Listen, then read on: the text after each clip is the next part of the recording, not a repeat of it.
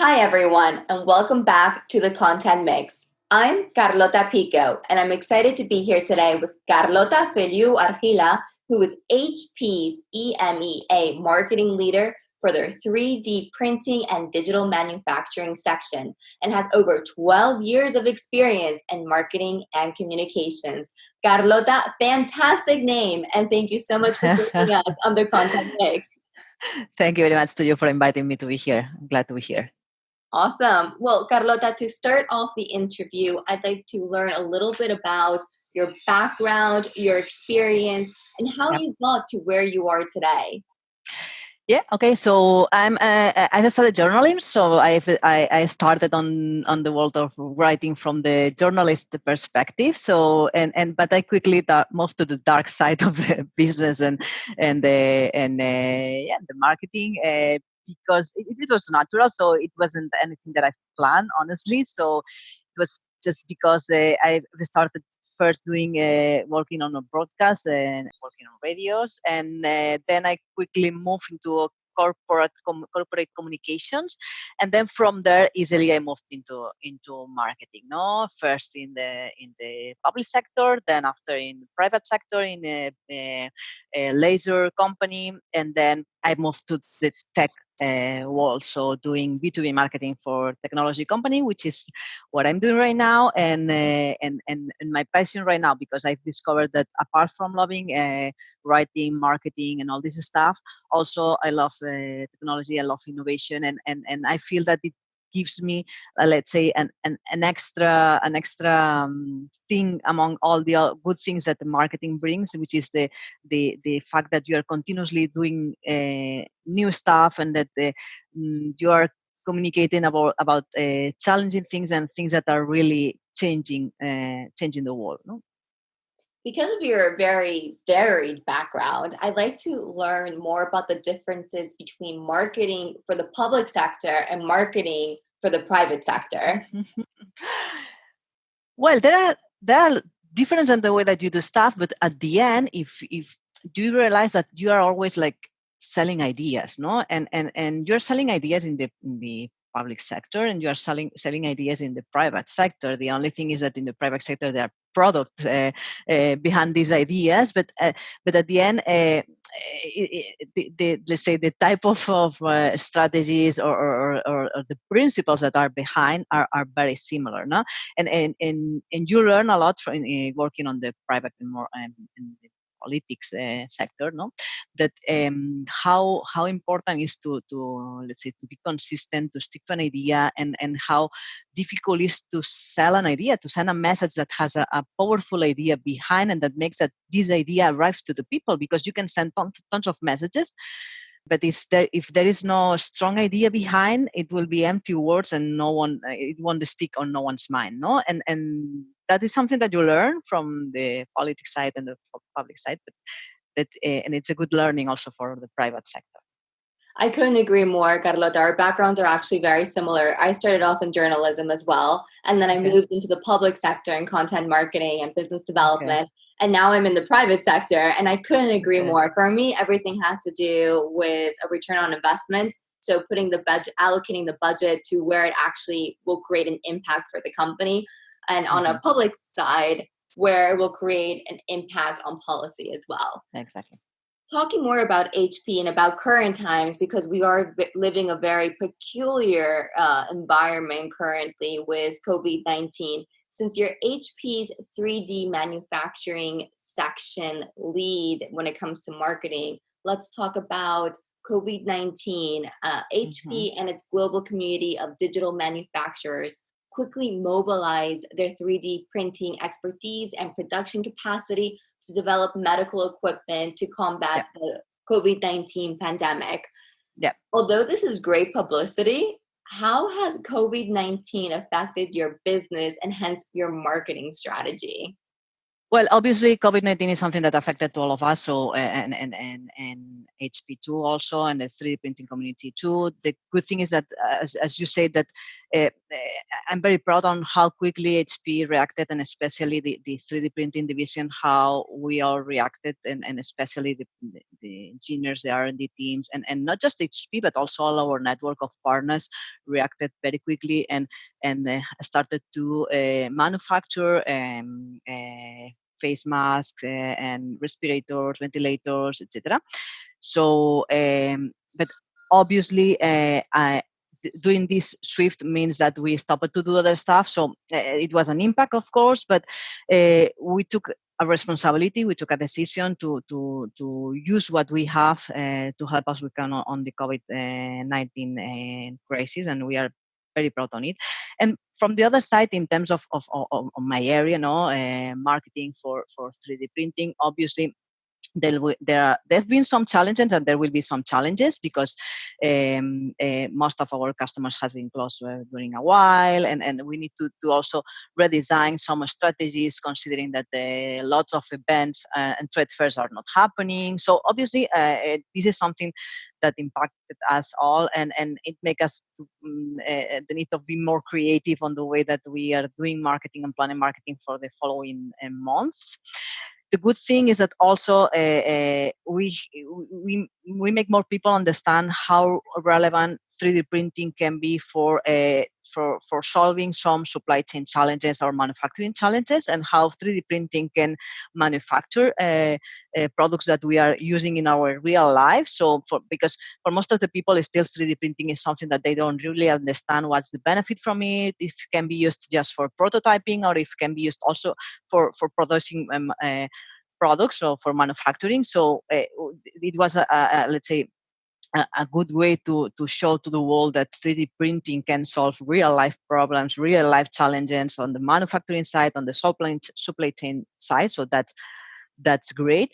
Then we have from now the challenge of adapting our strategies, and this is something that every marketer should do, because I mean the world has changed, the world is changing and has changed, and as a marketers we should acknowledge that. We should acknowledge that probably our potential customers are not in the exact same point as they were 3-4 months before, so we need to understand them, to let's say rethink all our plans and readapt everything to the new situation. Absolutely. I couldn't agree more. During your response, you mentioned events. I understand that HP is very active when it comes to events. How Yeah. has it switched overnight from events to other strategies when it comes to marketing? For example, are you now hosting webinars, or what are you doing to fill in that time and that Yeah. gap? Yeah, yeah, and well, I think that this is something that we all are doing, and you can easily see, if you go through the LinkedIn feed, it's plenty of announced webinars, announced virtual events. So we are all moving towards this new type of activities, no. And I came from the startup world, and on the startups, this is something that we did a lot, because obviously the budget from startups it doesn't allow to go to all the events that you want to go, so you need to be more creative and do a lot of virtual and digital stuff, but we are all now going towards that, because it's what we need to do, and I can expect, and this is something that is already happening, that we will start seeing, let's say, more creative things that rather just a plain webinar, no? And we are already seeing, no, these new formulas. In fact, HP yesterday we had a very big virtual event where we announced several launches, etc. And it was a very good experience for us for 3D printing at HP because it was like our first big virtual event. So obviously a lot of learnings that we will need to take from there, and a lot of improvement that can be done, but we are very happy on how this very big event, the virtual event went. Yeah. So you mentioned happy, which is a buzzword. It's very easy to say happy, but how are you measuring that happiness? So for Yeah. example, what KPIs are you using to measure the results of that virtual event yesterday? Yeah.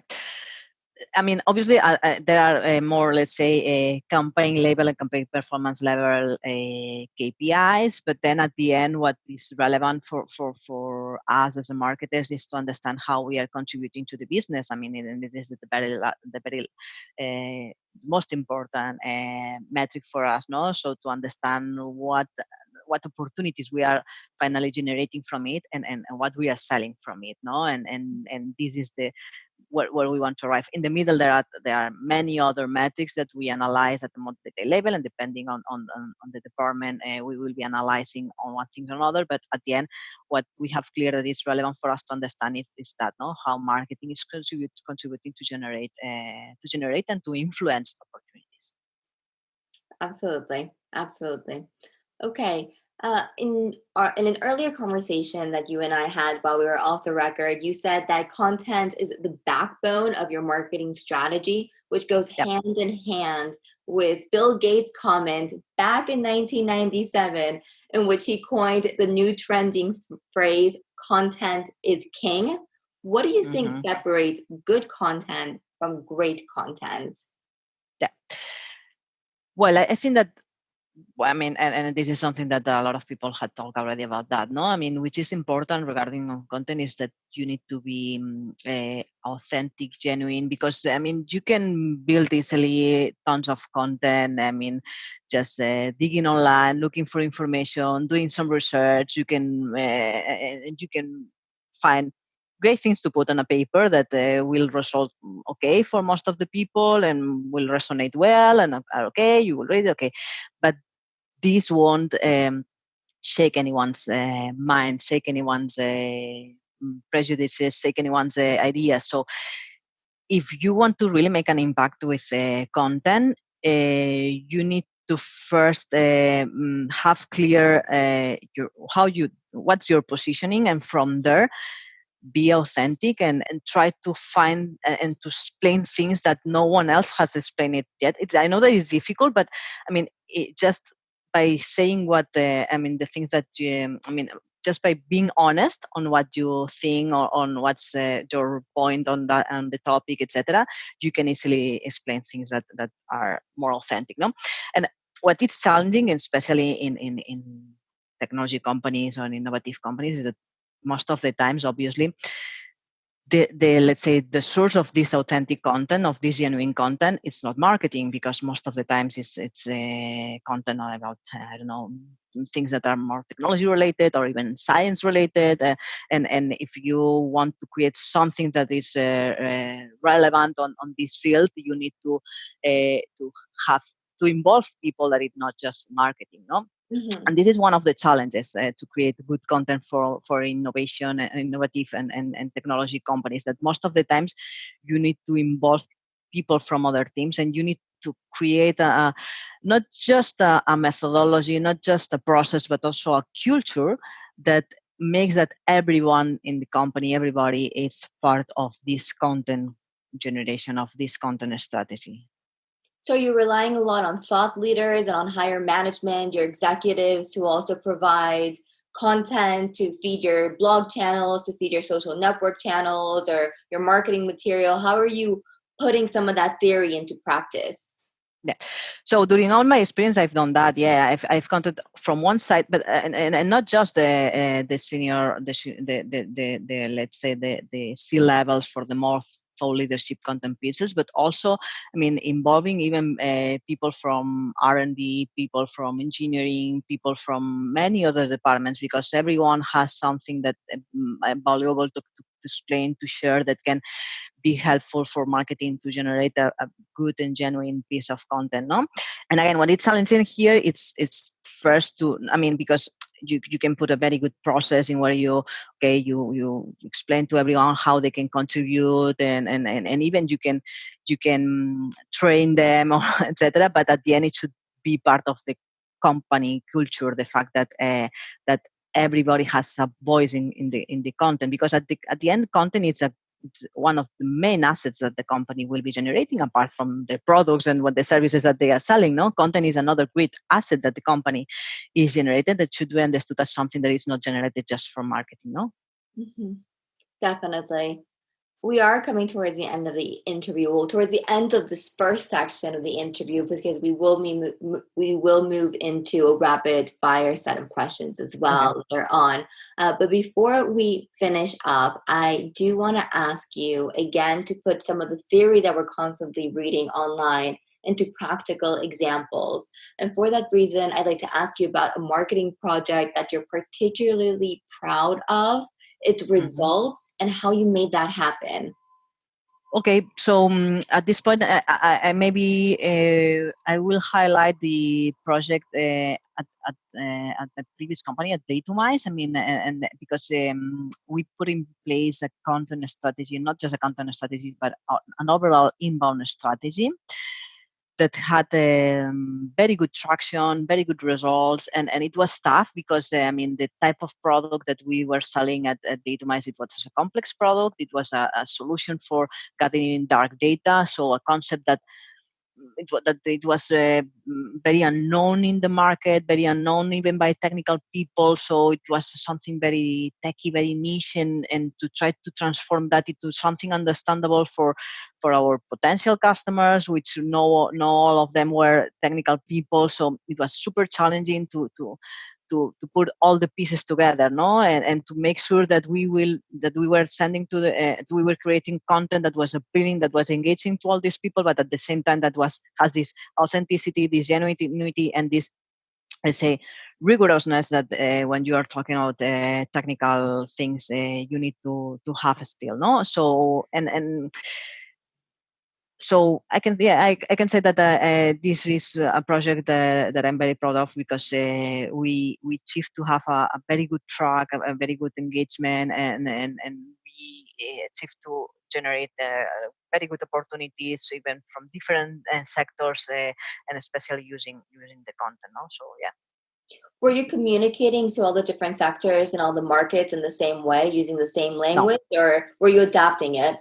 Yeah, totally. Especially, I mean, and especially not adapting it just for the sectors, but also for the different type of profiles that will be interacting with your content. Because even inside the same sector, you need to have into account that sometimes this content will be read by a CTO or someone in the tech side, but some of the times someone more in the business side. So you need to balance that you have content for both, in that one someone that is a CTO is reading a business oriented content doesn't feel that is too, let's say, that is not rigorous, but all the same time that if someone from business is reading a tech content, feels that he can understand at least something, no. So to balance this, it's very challenging when you are generating content for a tech company, and but I think that is key too.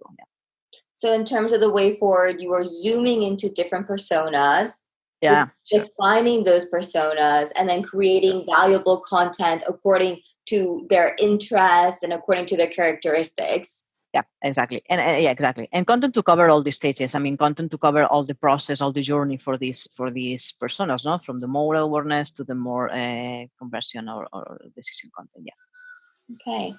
And to finish off this section before we move into our set of rapid fire questions, what's one piece of advice that you would give to recent graduates who would like to pursue a career in marketing in Europe? I would say to read a lot. Okay. Read, and not just books. I mean, there are tons of interesting content online, and that you can find there, and tons of blogs pages that you can follow to be up to date on everything. But read a lot, from the most basic things, and not just read marketing related stuff. I mean, when I mean read, is, I mean, because at the end, if you are going to be involved in content, you need to have a very open mind. You need to have even a lot of culture in general. So yeah, read a lot. Yeah, So be curious, read a lot, exactly, push yourself beyond borders. exactly, exactly. Excellent. Yeah, I couldn't agree more. That would be the exact advice I would give to young professionals as well who want to get involved in our industry. yeah. Okay, and moving into the rapid fire questions, what's one app or tool that you can't live without or that you can't work without? Yeah.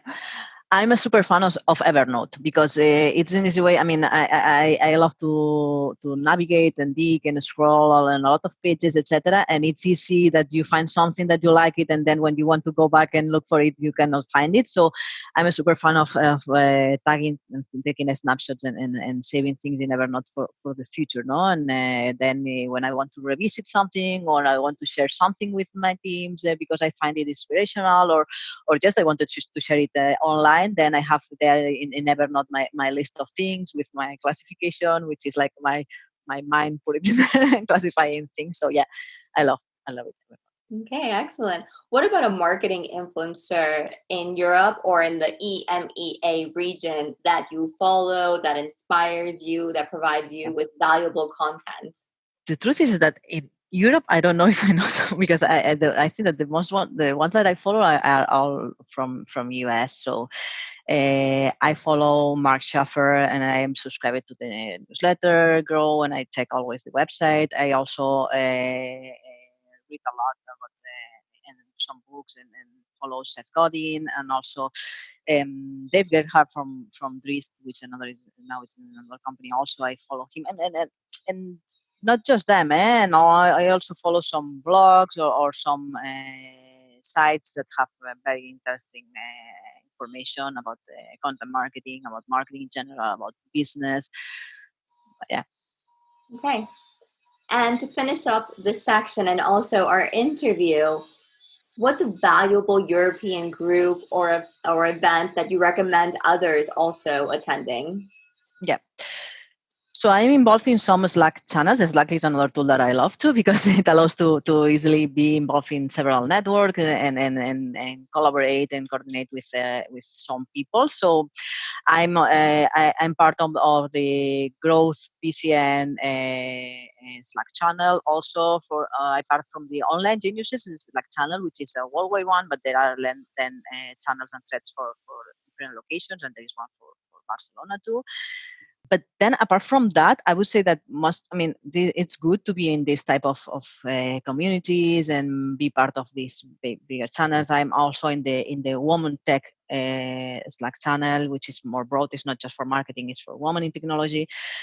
But apart from that, I would say that what is important is that you build your own network and that you are in connection and with different marketers, and even from time to time that you have a face-to-face or right now face-to-face is more difficult, online conversations and chat with other peers working on marketing, or even I've done also some mentoring for some people on startups or some junior people, and you can learn a lot also from junior people because they are with fresh minds, fresh ideas, and I think it is great that you will build your own network.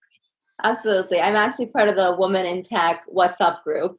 Good, So good. perhaps our paths will cross again in one of the Yeah, Women in Tech groups. good, good. Awesome. Those are great tips, Carlota. Thank you so much for joining us today on the Content Mix and for sharing your insights with us. Thank you for having me here. Okay. And thanks to everyone for listening in. For more perspectives on the content and marketing industry in Europe, check out thecontentmix.com. We'll be releasing interviews like this one every week. So keep on tuning in and see you next time. Bye. Bye.